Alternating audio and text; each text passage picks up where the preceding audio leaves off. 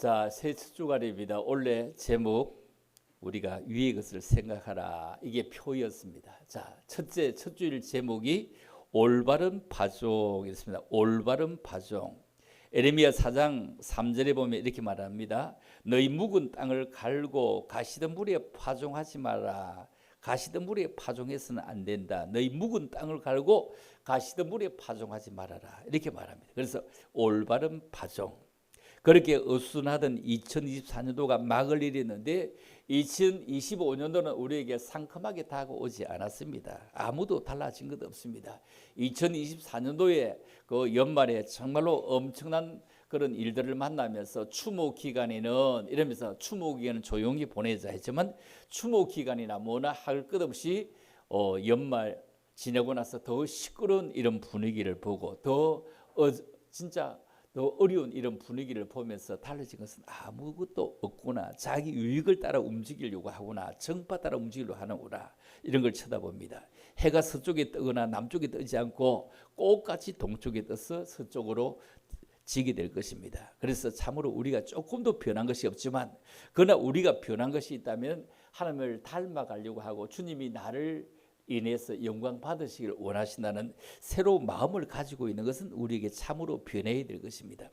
신약 성경은 요한복음에 이렇게 말씀하고 있습니다. 요한복음 15장 7절을 같이 먼저 볼까요? 시작. 너희가 내 안에 거하고 내 말이 너희 안에 거하면 무엇이든지 원하는 대로 구하라. 그리하면 이루리라. 너희가 내 안에 거해라. 내 말이 너희 안에 구해라.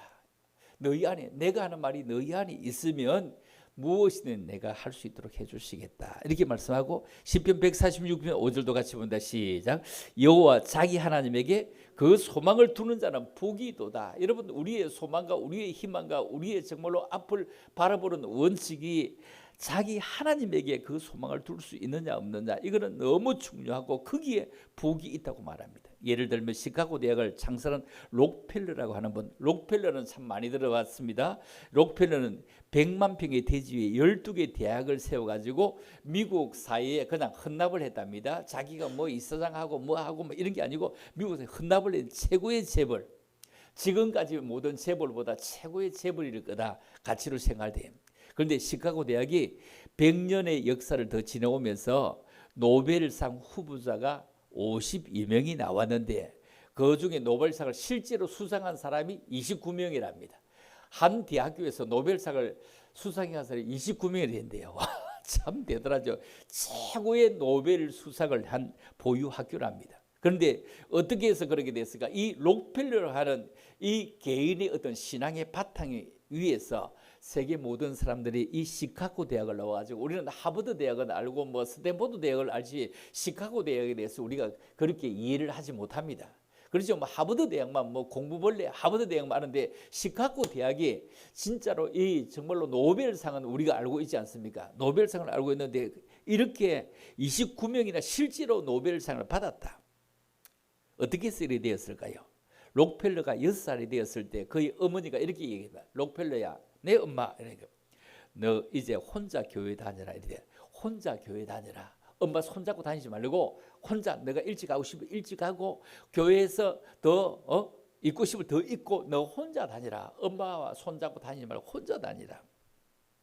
그러면서 미국 돈이 그 당시에 뭐 우리가 가치를 모르겠는데 뭐냐 그 당시에 20센트를 주었다는 겁니다. 20센트를 주면서 이 돈을 가지고 일주일 용돈을 주면서 이 돈을 가지고 한꺼번에 다 쓰든지 일주일에 나누어 쓰든지 이건 네 마음대로 하는 거다. 록펠러가 너무 좋아가지고 너무 기뻐서 호주머니에 넣으면서 막 너무너무 좋아합니다. 아, 엄마 너무 좋아요 막 이럴 때 그때 너무 좋아하는 그 아들을 쳐다보여 엄마가 한마디 합니다. 반드시 기억해야 할 것은 20센트 가운데서 11조는 하나님께 꼭 드리고 그리고 너가 써야 한다. 하나님께 꼭 드리고 써야 한다. 너가 돈을 다 쓰든 뭐 저금을 하든 그거는 다 너의 소관이지만 11조를 드리는 것은 너의 소관이 하나님의 것이다. 그래서 6살 때부터 11조를 드리는 그런 훈련을 받았답니다. 그가 미국의 대재벌이 되고 역사상 그리스도인으로 가장 큰 사회 산업을 했고 하나님께서 엄청나게 많이 쓰는 그 엄청난 사람들이 역사에 많이 남아 있는데, 그런데 이 시카고 대학을 졸업한, 그리고 이 록펠러를 닮았던 많은 사람들이 있었다는 것입니다. 그런데 어머니가 그에게 세 가지를 유언했다는 겁니다. 제일 첫째, 11조를 바쳐야 한다. 두 번째, 너는 예배에 가면은 제일 말씀을 받을 수 있는 최고의 암이 될 수 있는 그 자리를 찾아라. 그리고 언제나 주의 종에게 순종하는 그런 일에 목숨을 걸어라. 이렇게 했답니다. 11조를 바치라. 그리고 내가 아멘이라고 말씀의 귀에 쏙 잘 들어올 수 있는 그 자리를 너는 찾아라. 그리고 주의 종의 말씀에 늘 순종하는 데 목숨을 걸어라. 그런 그 말씀에 순종해서 세계적인 최고의 재벌이 되어서 자손들이 수많은 축복을 받는 후손으로 역사의 길이 남았다는 겁니다. 오늘 본문의 축복의 메시지입니다. 사람들은 대개 복 있는 사람이라고 하면 권력을 잡고 돈이 많고 지식이 많고 그리고 자식이 많은 사람을 생각합니다. 그런데 우리가 올바른 파종, 바른 파종을 하는 것은 너무 중요하다는 겁니다. 그래서 우리나라의 동양에서는 오복이라고 하는데, 이 오복이 뭐냐면 제일 먼저 오리에 사는 것, 오리에 사는 것을 복 중에 복이라고 합니다. 오리에 사는 것. 두 번째는 부자가 되는 것, 오래 살고 부자가 되는 것. 세 번째는 강령이라고, 강령은 뭐냐, 육체가 건강하고 마음도 편안한 것. 육체가 강건하고 마음도 평안한 것. 어제 우리 배정수 목사님이 전화해서 여러분 참 큰일 났네요. 목사님에서 내 형님이 90인데 나한테 예예합니다. 저한테 예예합니다. 이제 예예합니다. 동생으로 예예합니다. 예예합니다. 큰일 났네요. 예예합니다.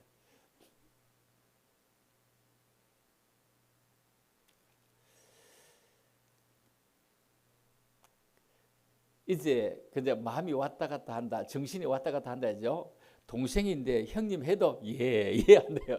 이 일을 어찌 해야 되겠어? 이 일을 어떻게 해야 되겠어? 참 이게 참 큰일입니다. 다 돌아가시고 이제 그 2명 남았는데, 형님 2명 남았는데 형님이 나보고 예하니까 이게 진짜 전화를 하기도 힘들고 이것도 저것도 힘들대요.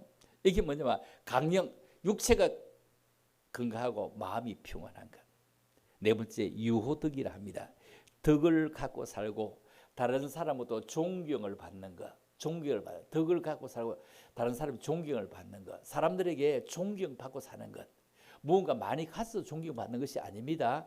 많이 나눠주면 그거 떨어져 버리면 욕합니다. 그렇죠? 욕합니다. 그런데 많이 가진 것이 아니라 정말로 존경을 받고 살아갈 수 있는 것. 마지막에 이 5부가 고종명이라, 이거 명대로 살다가 보기 좋게 죽는 것. 그렇죠? 명대로 살다가 보기 좋게 죽는 것. 이걸 우리는 오복이라고 합니다. 그러나 인간의 모든 성공과 실패는 사람에 의해서 결정되기보다는 하나님에 의해서 결정되는 경우가 훨씬 많습니다. 사람의 수고와 노력으로 어느 정도 달성을 할 수 있지만, 그러나 큰 일은 하나님께서 역사하시고 하나님이 도와주시고 하나님의 은혜를 베푸시고 하나님을 따라가는 길밖에 없는 것입니다. 아무리 땀을 흘리고 김을 메고 농가 밭을 가꾸어도 하늘에서 비가 오지 않으면 안 되고 농사가 제대로 되지 않는 것처럼, 정말 하늘에서 비가 오는 건 너무 중요하고 이제 막 물을 막 이렇게 대가지고 쓰지만, 그런데 그 위에서부터 비가 와가지고 모든 잎사귀가 이를 비를 맞고 이슬이 막 와서 막 이슬을 맞고 이렇게 크는 거와 밑에 뿌리만 물 주고 크는 거는 곡식이 다를 수밖에 없는 것입니다.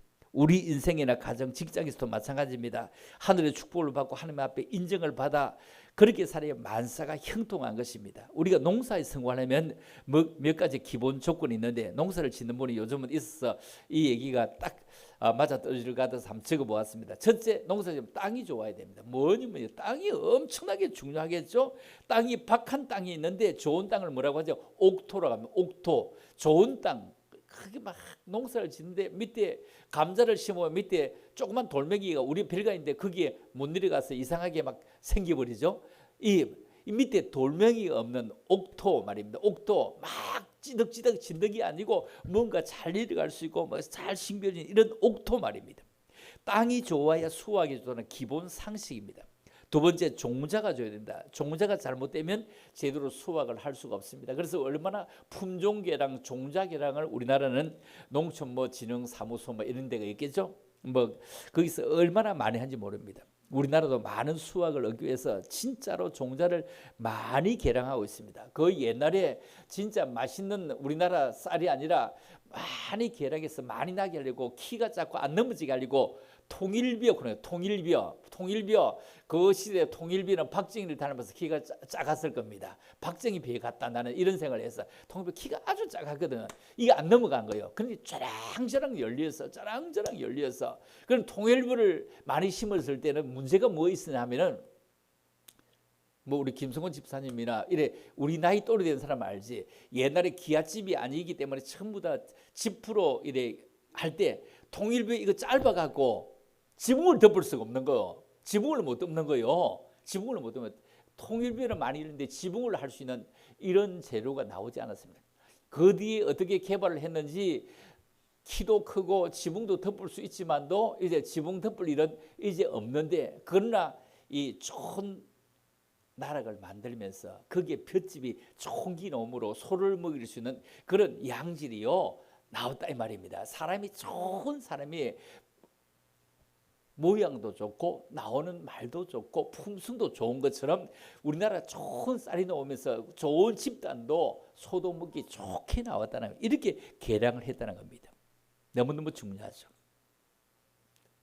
세 번째, 농부가 그렇다면요 이걸 잘 가꿔야 됩니다. 그냥 씨만 뿌리다고 되는 것이 아닙니다. 씨만 뿌려서 농사 짓는 것이 아닙니다. 씨를 뿌리게 돼도 곡식은 절대로 주인의 발자국 손을 듣고 자란다고 합니다. 잘 가꾸는 것 중요합니다. 잡초도 뽑아줘야 되고 때를 따라 거름도 줘야 되고 때를 따라 보살피도 줘야 되고 이거 얼마나 힘든지 몰라. 너무너무 힘든지 몰라. 이렇게 얼마나 힘든지 그 메론 농사를 아침에 가서 이렇게 걷어야 되고 또 저녁이 되면 덮어야 되고 하는 거 내가 하도 들었어. 이제는 온상만 가지고 되는 것이 아니구나. 온상만 가지고 되는 것이 아니구나. 이렇게 덮고 열어주고 이런 거 다 해야 되는 이 일들이 보통이 아니고 농부는요 가만히 있어도 되는 것이 아니라는 겁니다. 네 번째, 적당한 물과 햇빛이 있어야 되는데 이건요 뭐죠? 적당한 물과 햇빛이 있는 것은 하나님이 하시는 것을 의미합니다. 성경은 우리의 믿음 생활 혹은 우리의 신앙 생활이 농사 짓는 것과 같다는 것입니다. 씨는 아무리 얘기해도 씨는 하나님의 말씀입니다. 씨는 하나님의 말씀입니다. 가장 좋은 종자는 생명의 말씀입니다. 그리고 가장 좋은 종자는 능력의 말씀입니다. 씨 자체는 아무런 문제가 없습니다. 하나님의 말씀이 얼마나 어떤 사람이 능력이 되고 치료가 되고 정말로 감사가 되고 막 이래 되는데 씨에 문제가 있는 것이 아니라 이 씨를 가지고 잘 심고 이 팥이 문제야. 이 팥이 씨가 내 속에 잘 뿌려졌다면 내가 잘 가꿀 수 있도록 내가 잘 나를 돌아보아야 됩니다. 내가 돌아보아야 됩니다. 어떤 사람은 주일마다 설교를 잘 듣고 성경도 잘 읽어보고 기도도 하고 여기 봉사도 하는 것 같은데 신앙이 자라지 않습니다. 왜 자라지 않지요? 번번이 실패하고 맙니다. 원인이 뭡니까? 이거는 그렇게 말씀도 잘 듣고 성경도 그렇게 읽어대고 잘 외우고 뭔가 이거 다 알고 육과 원칙이 잘 아는데 왜 안 되죠? 말씀에 문제가 있습니까? 그거는 밭에 문제가 있는 거예요. 밭에 문제가 있죠. 내 밭에 다른 내 문제가 내 밭에 문제가 있는 것입니다. 한마디로 묵은 땅입니다.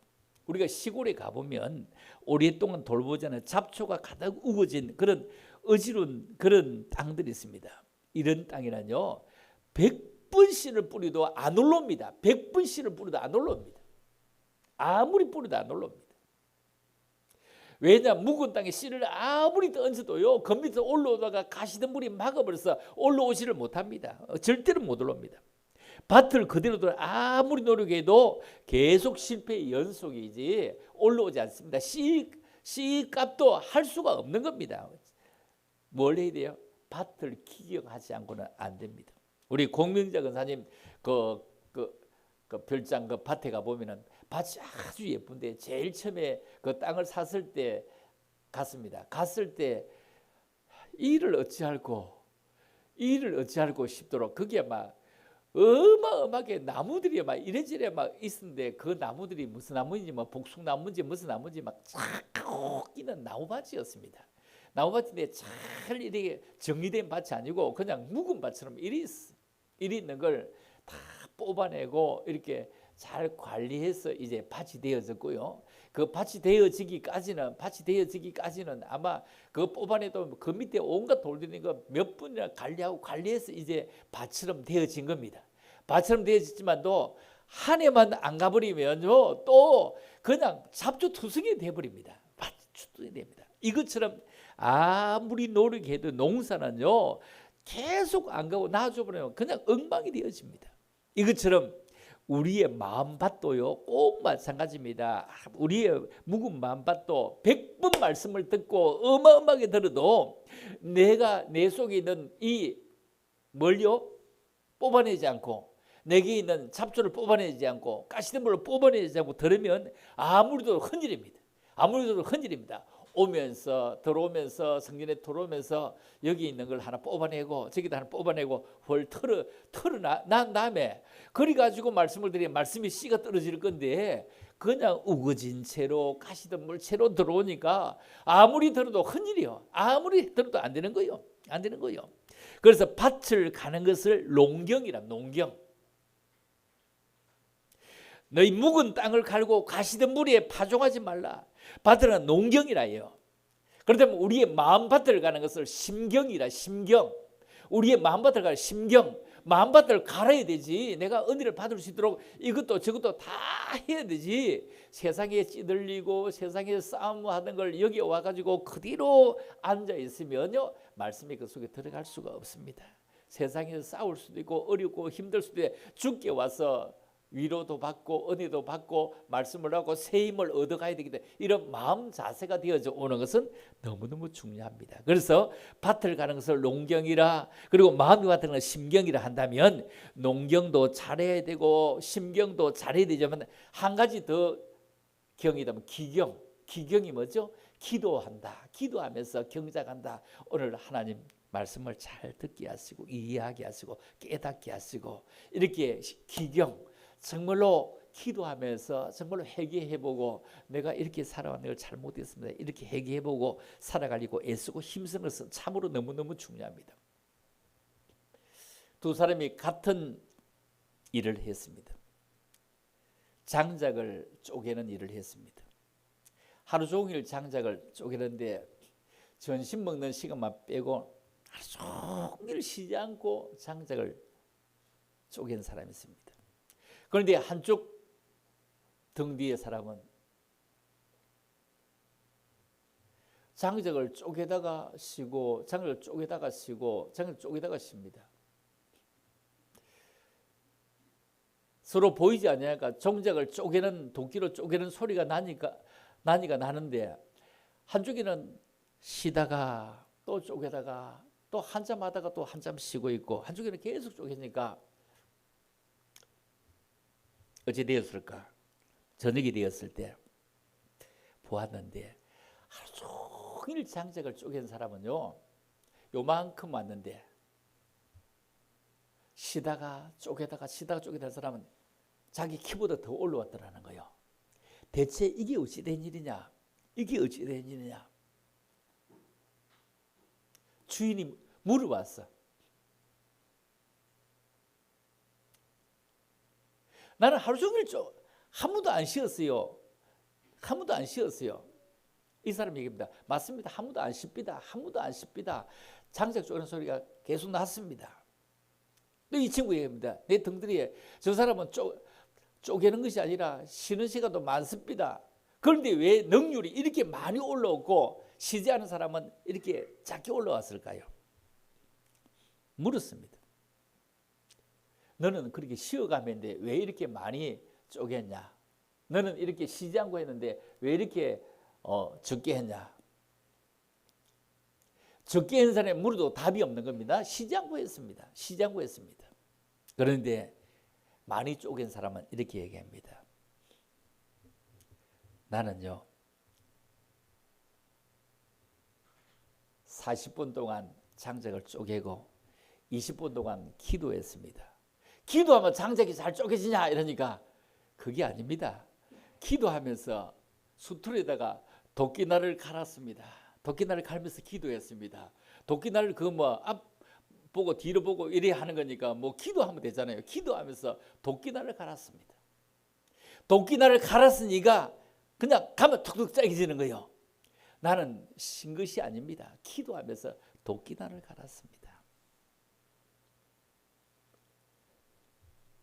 계속 일만 한 것이 아니라 기도하며 도끼날을 갈았으니 양이 계속 한 사람보다 3분의 1은 더 왔고, 그리고 계속 서서 쪼개기보다 앉아서 기도하면서 도끼날을 갈은 게 더 쉬웠겠죠. 그렇죠? 더 쉬웠겠죠. 앉아서. 서서 막 그 무거운 도끼를 들고 막 돌리는 것보다는 더 쉬웠을 겁니다. 그러니까 우리가 살아가면서 기도하는 기경도 중요하다는 겁니다. 농경도 중요하고 심경도 중요하고 기경도 중요하다는 얘기입니다. 자, 그렇다면 첫째, 이런 생각을 한번 해보죠. 하나님이 참으로 세밀하십니다. 자, 마태복음 10장 30절입니다. 시작. 너희에게는 머리털까지 다 세신 바 되어나니. 자, 하나님은 우리를 이렇게 세심하게 머리털까지 다 세신 바 되었다. 이게 마태복음 25장에 보면 1달란트 받은 사람, 5달란트 받은 사람, 2달란트 받은 사람, 이 사람들이 다 있을 때 뭐라고 하죠? 5달란트 받았던 사람이 이래 왔을 때, 5 남겼을 때, 와, 참 잘했네. 착하고 충성된 종아, 착하고 충성된 종아.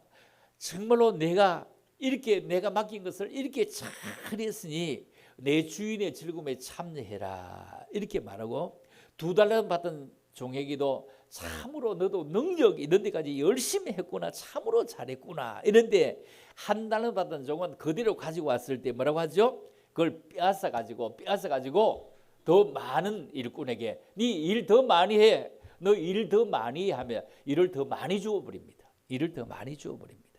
그러면서 밖에 나가라 하며 슬피 울며 이를 갈미 있다고 합니다. 주님은 작은 충성을 우리에게 맡겨준 충성을 막 이 돋보기를 쳐다보고 망의를 쳐다보고 크게 보시고 맡은 일에 충성하는 것을 쳐다보면서 더 귀한 일을 맡기고 있는 것을 쳐다보고 있습니다. 하나님 앞에는 큰 죄, 작은 죄가 따로 있는 것이 아닙니다. 이렇게 딱 살펴보고 있는데 여러분 여리고성을 무너뜨릴 때 여리고성은 엄청 컸거든요. 이 엄청나게 큰 성도 하나님은 쉽게 넘어지게 만들었습니다. 그런데 여리고성을 넘어뜨리는 저들이 교만하고 자만하고 자기들이 한 줄 알고 있을 때 작은 아이성에 가서는 엄청나게 대피합니다. 전쟁에 피한 원인을 찾다가 그들은 결국 아간의 죄를 발견합니다. 이처럼 정말로 세상은 다 속일 수 있어도 하나님을 속일 수가 없구나. 하나님은 이렇게 엄청난 돋보기를 가지고 세밀히 작은 것도 보시고 멀리 있는 것, 망경을 보시고 멀리 있는 것도 함께 다 찾아내는 것이다. 그래서 주님은 우리에게 지극히 작은 자에게 한 것이 바로 내게 한 것이다 하면서 작은 사랑도 크게 보십니다. 작은 소자에게 한 것이 바로 나에게 한 것이다. 내가 예수 이름으로 한 것 아니냐? 나에게 한 것이다. 물 한 그릇 준 거에도 나에게 한 것이다. 주님은 지극히 작은 사랑까지도 분명하게 우리에게 쳐다보고 계신다는 것을 알고 있어야 됩니다. 예수님은 정말로 제대로 한 게 예루살렘으로 들어갔을 때 수많은 사람들이 현금을 막 열 때 전부 다 그 당시에 바리새인들은 막 현금 지폐가 없을 때 동전 보따리 가지고 줄줄 갖다 붓고 있어. 그냥 여는 거지. 줄줄 붓고 오랫동안 붓고 있을 때 어느 가부는 말입니다. 동전 엽전 두 입을 갖다 그 살짝 종이에 있어요. 구색 뜨듯이 뜨다가 살짝 이렇게 여는 것을 쳐다보고 그를 보고 얼마나 칭찬하는지 모릅니다. 저 사람은 많이 있는 가운데 풍족한 가운데서 여유를 가지고 했지만 저 가부는 구찬 가운데서 자기 있는 것을 정성껏 드렸다. 그 액수를 너는 쳐다보겠느냐? 나는 그 안에 있는 정성을 쳐다보고 있다. 이렇게 작은 것까지도 크게 보시고 칭찬하신 것을 쳐다볼 수가 있습니다. 미국의 사람 가운데 이런 사람이 있답니다. A 하이디어 11조라 이런 글이 하나 있어 내가 봤습니다. 제목이 이런 게 있더라고요. 그런데 이 사람이 하이디 간증 가운데 사업이 엄청 기울고 빚더미에 앉아 있을 때 그가 은혜를 체험합니다. 빚더미에 앉아 있을 때 은혜를 체험하게 됩니다. 기도하는데 기도하다가 뭘 깨달았냐 하면은 내가 11조를 다 드리지 않고 떼먹었다. 이렇게 깨닫게 됩니다. 그러면 그가 누가 얘기하지 않고 깨닫는데 11조를 떼먹은 것이 도둑질을 한 것이다. 말라기 3장을 읽다가 그가 깨닫게 됩니다. 그래서 11조 너는 도적이라 도적이라. 그래서 내가 도적놈이네, 내가 도둑놈이네, 내가 도둑놈이네 이래. 내가 도둑놈이네. 그러나 큰 회사니까요. 내가 도둑놈이네, 도둑놈. 자꾸 내가 도둑놈이네, 도둑놈, 도둑놈. 자고 일어나서 직원에 가서 얘기했습니다. 그동안 못 바친 11조를 다 계산해서 하나님께 드리라. 이래 드리라. 직원이 얘기합니다. 사장님, 경제 원칙이 빗납니다. 어긋납니다. 지금도 빚지고 있어요. 지금도 마이너스 대출 받다가 쓰고 있는데 또 빚을 내 드리라고요. 빚을 내 드리고요. 한 푼이라도 갚아서 이자를 줄여야 할 판에 이거는 아니지 않습니까? 이거는 아니지 않습니까? 경제 원칙이 어긋납니다. 했더니 이 하이디 대표가 이렇게 합니다. 빚 갚는 것보다 도둑질한 물건을 갚는 것이 더 우선이다. 빚 갚는 것보다 도둑질한 것을 갚는 게 먼저 우선이다. 아니 사장님이 언제 도둑질을 했다고요? 언제 도둑질을 했습니까? 하나님의 물질을 도둑질한 것은 사람의 물질을 도둑질한 것보다 더 큰 도둑놈이다. 나는 그동안에 하나님의 물질을 도둑질했다. 11조를 드리지 않았다. 그래서 잔소리하지 말고 네가 그 경제가 옷을 벗든지 아니면 대출 받아서 가는 게 밀린 11조를 드리라. 그래서 그 후 하나님 축복하셔서 미국의 대재벌이 되었다. 대재벌이 되었다. 뭐 인터넷에 AA 하이디오 11조를 치면 이게 나오는 글입니다. 자, 이걸 쭉 한번 읽어보면서 내가 깜짝 놀랐습니다. 세상의 격리와의 얘기 얼마나 많습니까? 경제 원칙에 어긋납니다. 그죠? 경제 원칙에 어긋납니다. 우리가 알지도 못하는 AA 하이디가 미국의 백만장자라 우리 알지 못하는 사람 롱펜은 알지 알지도 못합니다. 이런 얘기를 있는 걸 제가 찾아보았습니다. 자, 두 번째, 하나님은 복 주시기를 원하시는데, 자, 성경 읽어볼까요? 시작. 이스라엘아 듣고 삼가 그것을 행하라. 그리하면 내가 복을 얻고 내 열조의 하나님 여호와께서 내게 허락하신 같이 젖과 꿀이 흐르는 땅에서 너희 수유가 심히 번성하리라. 여러분, 젖과 꿀이 흐르는 땅이래. 젖과 꿀이 흐르는 땅이었는데, 여러분, 젖과 꿀이 흐르는 땅을 여러분 어째서 젖과 꿀이 흐른다 이렇게 말할까요? 젖과 꿀이 흐르는 땅을 얘기해 보면 이게 아주 쉽게 젖이 흐른다. 이 말은 지금처럼 전자세나 기계 사회가 아닐 때, 그렇죠? 이런 기계 사회가 아닐 때, 산업 사회가 아닐 때, 그때는 목축을 하고 그리고 농사를 질 때 젖이 흐른다. 이 말은 뭐냐면은 키우는 양이 잘 된다. 키우는 소가 잘 된다. 그래서 젖을 짤 수 있는 소가 잘 자라고 양이 잘 자라고 염소는 가축이 잘 자랄 때 이걸 젖을 짠다 이거. 그래. 젖이 흐른다 이 말은 뭐냐? 젖과 꿀이 흐른다. 이 얘기는 참으로 우리가 그 당시에 다 가축이 다 돈이잖아요. 소가 돈이고 할 때 이 젖을 짜는데 이게 가축이 잘 된다 이 얘기고, 꿀이 흐른다 이 말은 뭐냐면은 꿀이 흐른다. 여러분, 꿀이 흐르려고 하면은 어째 꿀이 흐르죠? 농사가 잘 돼가지고 농사가 열매를 맺기 전에 꽃이 피는 겁니다. 꽃이 잘 피게 되면 누구죠? 벌이 오는 겁니다. 꽃이 잘 피면 벌이 오는 겁니다. 그래서 젖과 꿀이 흐른다 이 말은 그 당시에 가축이 잘 되고 축산 산업이 잘 되고 그리고 농경지 농사가 잘 되는 것을 말하고 있습니다. 자, 한 번 더 성경 읽어볼까요? 자, 넘어갔어요. 시작. 너희의 하나님 여호와께서 너를 번성하게 하셨으므로 너희가 오늘 하늘의 별같이 많거니와 너희 조상의 하나님 여호와께서 너희를 현재보다 1000배나 많게 하시며 너희에게 허락하신 것과 같이 너희에게 복 주시기를 원하노라. 자, 이게 그 1000배 이거는 숫자적인 표현이 아니라 문자적인 의미보다 상징적인 의미가 큽니다. 무한대의 것, 다량의 것, 영원한 것, 혹은 청량 이상의 말로 다 알 수 없는 것, 말로 다 알 수 없는 것, 이걸 우리가 천배나 많게 말로 다 알 수 없는 것, 그렇죠? 말로 다 알 수 없는 것, 우리를 향하신 하나님의 복된 마음을 알려주는 것이 바로 내가 반드시 너를 복주고 복주며 너를 번성하게 하리라, 이걸 말로 다 알 수 없는 것.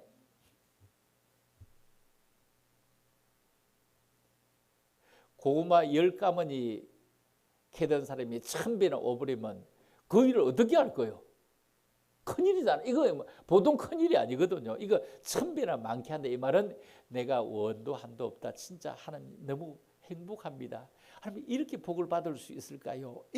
이런 정말로 우리에게 정말로 청량할 수 없도록 내 속에 감격이 넘칠 수 있는 한량은 없네, 이렇게 고백할 수 있는 것을 우리가 1000배나 많게 하시며, 우리가 들어가야 할 젖과 꿀이는 땅은 어떤 땅이냐?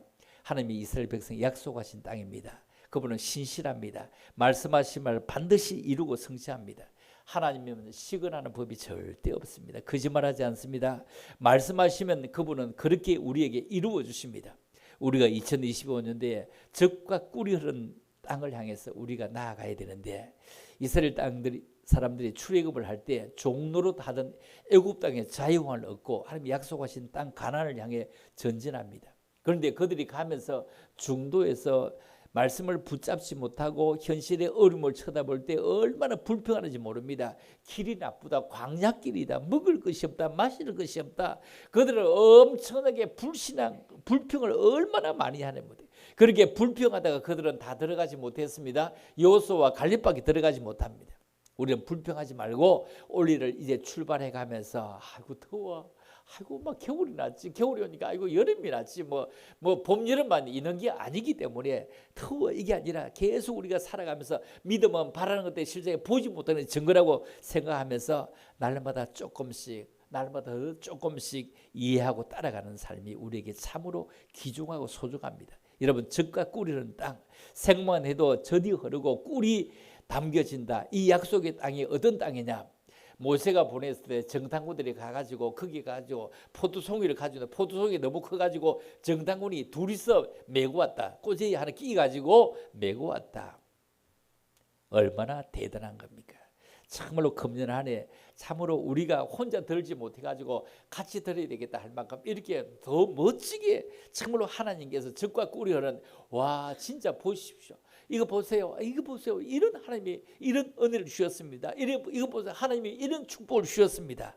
이런 것이 우리에게 참으로 너무 귀중합니다. 그렇다면 이 땅의 주인공이 되려면 전적으로 의지하자. 애굽 땅에는 우리가 들어본 대로 나일강이 있습니다. 나일강 옆에 비옥한 땅입니다. 우리가 낙동강을 중심하고 한강을 중심으로 발전하듯이 이 이스라엘 백성들이 종살이 할 때는 그 이집트 애굽에 살았어요. 나일강 옆에 살았습니다. 거기 채소를 심었으니까 너무너무 잘 됐습니다. 너무너무 잘 돼요. 얼마나 잘 됐느냐. 자, 신명기 11장 9절부터 한번 볼까요? 자, 하나 더 넘겼어요. 시작.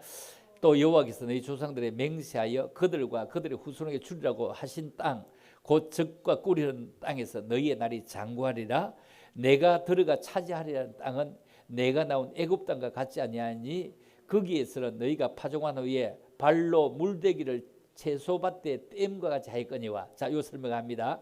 자, 애굽 땅과 같지 아니하다. 애굽 땅에서는 어떻게 했냐? 자, 지금 너희가 들어갈 동안 절대로 이런 땅이 아니다. 이런 땅인데 지금 살고 있던 땅은 애굽 땅은, 자 10절에 내가 들어가 차지하는 땅은 내가 나온 애굽 땅과 같지 아니하다. 거기서는 애굽에 살 때는 그 파종한 후에 물을 대야 되는데 어떻게 물로 대느냐 하면은 발로 물대기를 했다. 발로 물이 줄줄 이렇게 가는데 그냥 발로 이렇게 쭉쭉 밀어보내면 물고가 생겨 물이 이래 놓도록 물이 가득 있어야 해. 발로 이렇게 대면은 뭐 되고, 시골에서 막 물길 내봐겠죠. 발로 줄처럼 물이 줄 있을 때 쭉 밀어온다는 겁니다. 이렇게 그 나일강에 살 때는 물이 엄청나게 많았다. 자, 한 절 더 넘어갑니다. 자, 시작. 너희가 건너가 차지할 땅은 산과 꼴짝이 있어 하늘에서 비를 내리는 비를 흡수하는 땅이요 내 하나님 여호와께 돌보아 주시는 땅이라. 연초부터 연말까지 내 하나님 여호와의 눈이 항상 그 위에 있느니라. 자, 지금 살아오던 때는 뭐 했죠? 물이 충분해가 하여튼 그냥 깽이로 안 하고 발로 이렇게 쭉쭉 해도 물이 내려올 수 있도록 만들 수 있었는데 지금 우리가 가야 할 땅은 뭐라고요? 하늘에 내린 비를 흡수하는 땅이라. 비를 흡수하는 땅이라. 여기는 우물도 없고 여기는 뭐도 없고 뭐 저수지도 없고 강도 없는 땅이야. 비를 흡수하는 땅이라. 그런데 비를 흡수하는데 뭐라고요? 내 하나님 여호와께서 돌봐주시는 땅이라.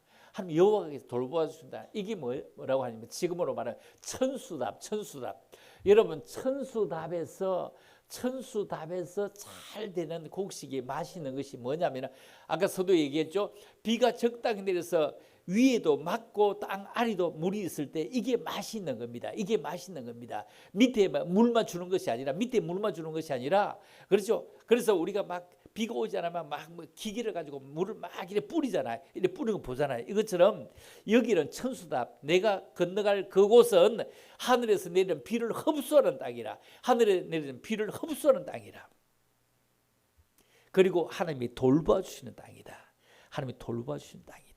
여러분 여기는 술을 만들 수가 없고 그런 숫자를 돌릴 수도 없고 그럴 필요도 없이 비를 흡수한다. 이건 전적으로 하나님의 은혜와 하나님의 사랑과 하나님의 간신과 하나님의 축복을 의지해야 됩니다. 인간적으로 생각하면 좀 불안합니다. 열심히 토지를 개간하고 씨앗을 뿌렸는데 비가 안 내리면 어쩌지? 비가 안 내리면 어쩌지? 농사 망치는데 이거 비가 안 오면 어쩌지?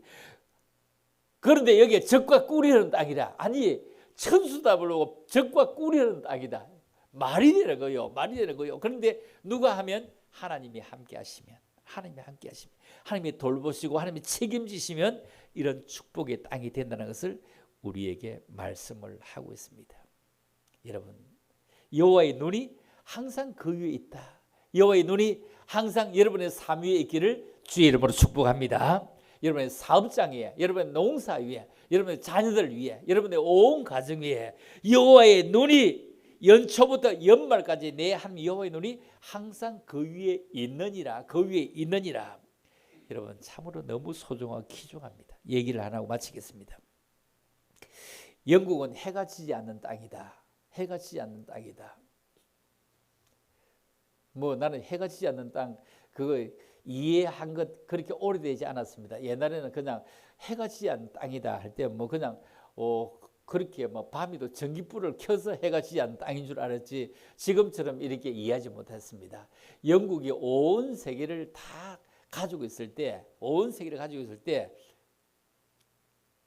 여기가 해가 있으면 저는 밤이고 또 여기 밤이 되면 저기는 또 낮이 돼서 영국 땅이 해가 지지 않았다 이런 얘기입니다. 땅이 많아가지고. 근데 우리나라는 땅을 아무리 많이 가지고 있어도 뭐 서울에 가지고 있고 부산 가지고 있어도 시간이 꼭 같습니다. 그죠? 꼭 같습니다. 그런데 영국은 해가 지지 않는 땅이다. 그런데 인도를 영국이 지배할 때가 있습니다. 영국이 조그마한 섬나라지 않습니까? 그런데 온 세계 땅을 다 가지고 있어요. 그런데 영국의 한 귀족이 인도의 영주에게 그 당시에 밭을 가는 트랙터를 하나 선물했습니다. 그래서 트랙터를 선물했으니 인도는 땅은 넓고 농사 짓기 참 좋을 거다 하고 이렇게 이제 선물했어. 그래서 이 영주가 언제 한번 인도로 가봤습니다. 트랙터를 주었으니 이제 농사를 얼마나 쉽게 짓겠노 하고 트랙터를 주어서 한번 가봤더니 농사를 짓는데 이 트랙터가 무겁습니다. 잘 가지 않잖아요. 그러니까 앞에다가 소 4마리를 끼워갖고 트랙터를 끌고 가고 있는 거예요. 소 4마리를 끼워가지고 가고 있는 거예요. 그래도 소가 쩔쩔 매는 거예요. 그래서 이 영국의 이 귀족 영주가 말입니다. 내리라 하고 소를 풀으라 하고 그 트랙터 엔진을 걸어가지고 주르륵 하니까 소 10마리가 해도 트랙터 하나를 못 따르잖아요. 소 20마리 하면 따릅니까? 엔진을 쭉 걸어가 주르륵 하니까 세상에 이런 엔진을 걸어가 가니까 순식간에 다 해버리는 거 가지고 소 4마리 끄고도 못 가가 쩔쩔 매달라는 거예요. 이 무슨 말입니까? 인간의 힘으로 인간의 노력으로 무엇을 하겠습니까? 전능하신 하나님이 주신 지혜와 은혜와 능력을 가지고 하면 무엇이든지 할 수 있습니다. 금년 안에 우리를 하나님보다 앞선 삶을 살려고 하지 말고 적과 꿀이 흐르는 땅, 정말로 내가 하는 일이 잘 되어져서 이것도 잘 되고 저것도 잘 되어서 저 뒤로는 소가 잘 크고 양이 잘 크고 염소가 잘 크고 닭이 잘 크고 이런 걸 의미하고 농경지 사이에 목축 사이에는 이 얘기를 하고 농사가 잘 되고 꽃이 피어서 벌들이 날아오는 것처럼 우리가 모든 하고 있는 계획들이 아름답게 잘 되어져서 정말로 우리가 가시던 무리에 파종하지 말고 좋은 옥토에 파종할 수 있도록 우리가 주일이면 말씀을 잘 받을 수 있는 밭이 될 수 있도록 가시던 물을 또 빼고 여기도 빼고 저기도 빼고 말씀을 잘 받아서 올리는 참으로 잘 기경되어져서 참으로 여러분의 모든 삶들이 심경되어져서 농경되어져서 참으로 시작하는 지금부터 연말이 될 때나 정말로 웃음이 넘치고 기쁨이 넘치는 그런 귀한 한 해 올바른 파종이 될 수 있기를 주님의 이름으로 축원합니다.